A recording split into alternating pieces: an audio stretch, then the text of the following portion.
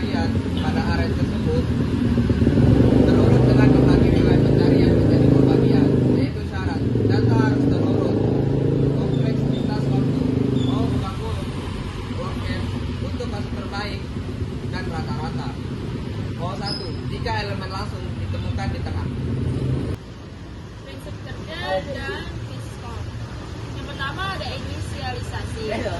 Left sama dengan 0 adalah indeks awal pencarian, dan right indeks akhir pencarian. Yang kedua ada proses pencarian atau loop while left lanjutkan selama area pencarian masih valid, dan mid left hitung indeks tengah. Yang ketiga ada pengecekan nilai tengah. Jika R mid adalah nilai ditemukan, kembalikan indeks mid. Jika R mid kurang dari target, cari di sebelah kanan left sama mid plus 1. Jika R mid lebih dari target, cari di sebelah kiri right sama dengan mid plus 1.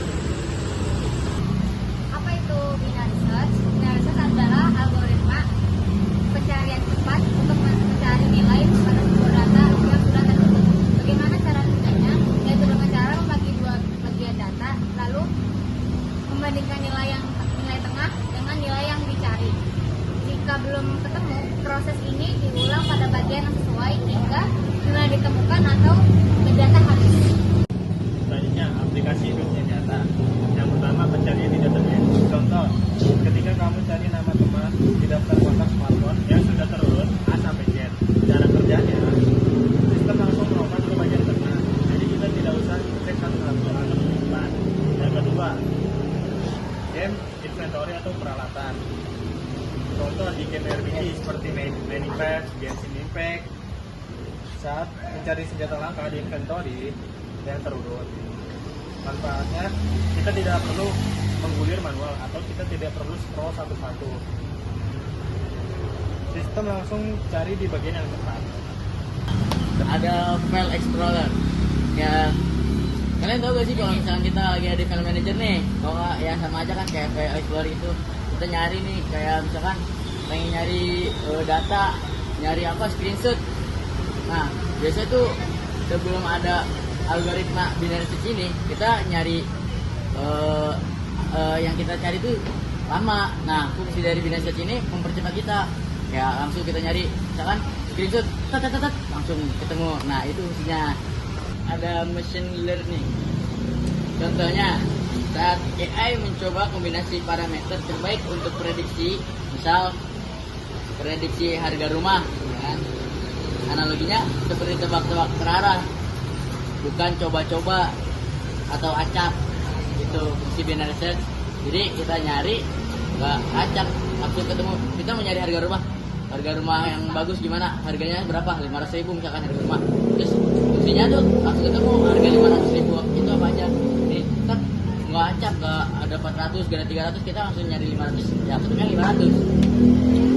Karena fungsi binary search tersebut adalah membagi data menjadi dua bagian menjadi bagian tengah dan bagian yang hasil dicari.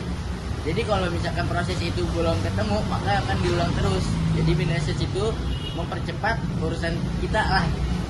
Kenapa binary search ini penting? Yang pertama, binary search itu cepat karena langsung potong data jadi dua, tidak cek satu-satu. Yang kedua, efisien, cocok untuk data yang sudah urut dan jumlah besar. Fun fact, binary search adalah algoritma tertua yang masih dipakai sejak 1946. Jadi kesimpulannya, binary search adalah algoritma pencarian yang sangat cepat dan efisien, terutama saat digunakan pada data yang sudah terurut.